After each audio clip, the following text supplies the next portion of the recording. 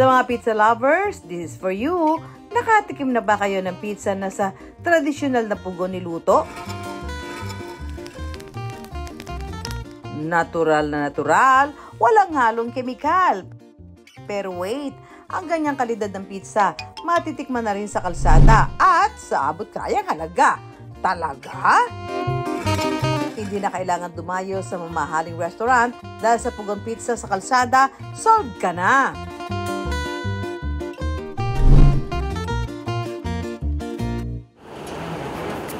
Pagpatak na 2:00 ng hapon, isa-isa na isinasakay sa truck ang mga gagamitin nila sa pagtitinda. All set na para pumunta sa palengke kung saan sila pupwesto.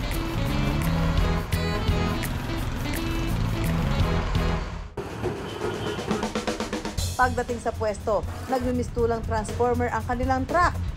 Kabit dito, kabit doon hanggang mabuo ang food truck. Pero ang pinakakapansin-pansin, ang built-in wood-fired oven o pugon na nakakabit mismo sa food truck. Itong business na to, nag-start lang actually as a hobby. Ang talagang hilig ko ay gumagawa ako ng mga stove, umangat sa rocket stove. Tapos nag-umpisa ako sa maliit na pugon. Mula sa nagawang pugon ni Jopons, sinubukan niya magluto ng pizza.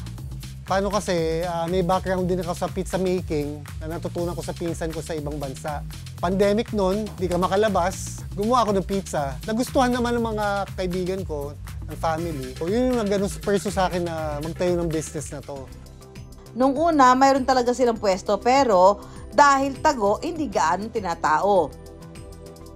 Para mas mailapit sa mga tao ang negosyo, nagka-bright idea si Jopons. Naisip ko, ilagay ko kaya sa wheels tong pugon. Ito sa challenge to me mentally eh. Dahil mahilig din ako magkakalikot. Una ginawa ko siya sa trailer, tapos ngayon nakalagay na siya sa maliit na sasakyan. Sa pakikipag-ugnayan sa barangay, pinayagang pumuesto ang kanilang food truck sa gilid ng palengke na katabi rin ng highway kung saan maraming dumaraang tao. Ang mga bumibili, aliw na aliw habang ginagawa sa harap nila mismo ang pizza. Mabilis din ang service. 3 hanggang 5 minuto lang kasi luto na agad ang pizza sa pugon. Bukod sa niluto sa pugon, bentahe rin ng kanilang pizza ang fresh at organic na mga sangkap na para bang kumain talaga ng authentic Italian pizza. I'm familiar kasi with yung mga sakit na fatty liver. Yung wife ko is a kidney transplant. So parang we were avoiding yung mga hindi natural na ingredients. So anong kakaiba dito sa pizza natin? I'm using real olive oil. Yung sauce natin is talagang tomato sauce, San Marzano, made out of San Marzano tomatoes.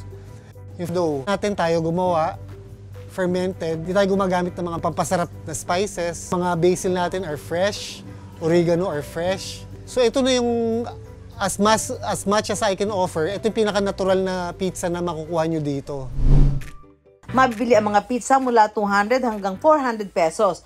Mayroon silang 8 flavors. Ang bestseller, ham and cheese na mabibili ng 200 pesos. Yung mga flavor natin, para sa masa talaga. Gusto ko matikman din ng masa yung masarap na pizza sa mura na price. Dahil mobile at walang binabayarang renta ng pwesto, naibebenta raw nila ng mura ang kanilang pizza. Malaking tulong din daw na kahoy ang gamit nila sa pagluluto. Pero don't worry, hindi naman daw pumuputol ng puno sina Jopons para may panggatong.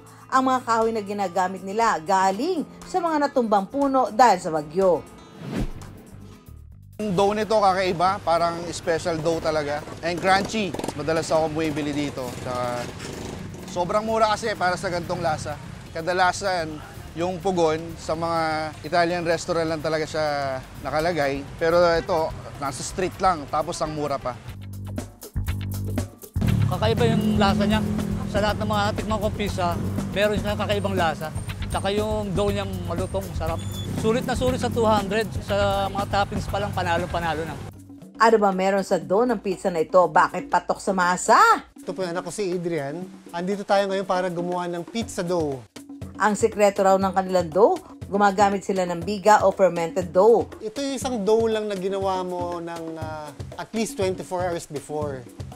Ito nagbibigay ng flavor at saka air nung pizza. Paghihiwa-hiwalayin ang biga o fermented dough. Pagkatapos, ihahalo ang harina. With flour ang ginagamit nilang panggawa ng dough. Saka mamasahin. Unti-unting dadagdagan ng tubig at harina habang minamasa. Gumawa tayo ng 3 kilos na flour, tsaka almost 2 kilos na water. So 5 kilos all in all plus biga. Makakagawa tayo ng around 20 pizzas. Kapag namasa ng mabuti, lalagyan ng olive oil at saka hihintayin umalsa ang dough. Dahil meron na tayong dough, papunta na tayo sa exciting part! Gagawa na tayo ng pizza! Siyempre, alam naman natin yung pizza, parang marami na eh. Pero ano ho ang kakaiba sa pizza niyo?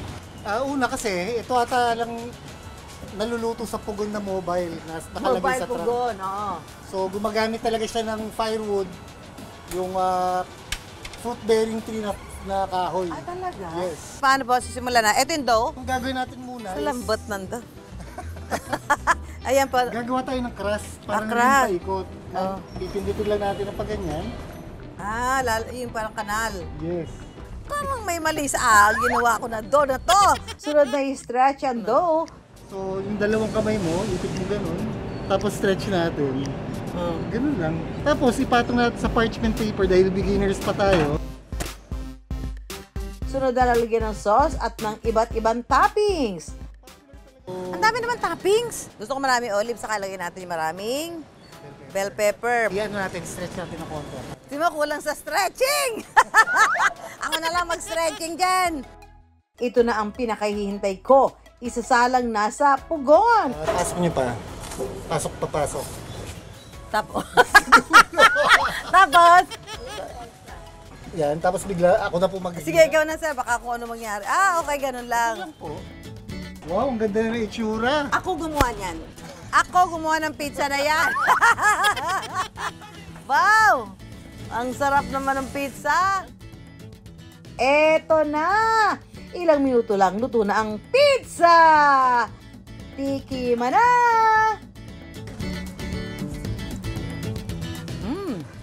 Ang sarap. Siyempre, kayo po gumawa. Isa magawa ko eh. Masarap talaga to. Ang ano lang talaga, nakaka-amaze kasi in 3 minutes, tapos na yung pizza. So, hindi ko kayo maiinip. Order na po kayo!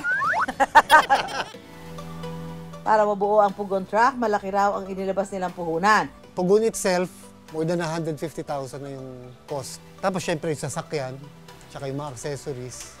So aabot din ng 1 million mahigit tong buong food truck. Pero sulit naman daw sa dami ng bumibili. Sa isang maulan na araw, makakabenta ka ng kulang-kulang 30 pirasong pizza. Sa malakas na araw, nasa 110, 120 pizzas. Depende sa magagawa mo na.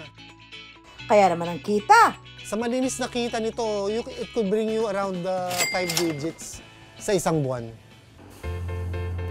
Nabawi na raw ang ginastos sa pagbuo ng Pugon truck. Kaya ang plano nila ngayon, magdagdag pa.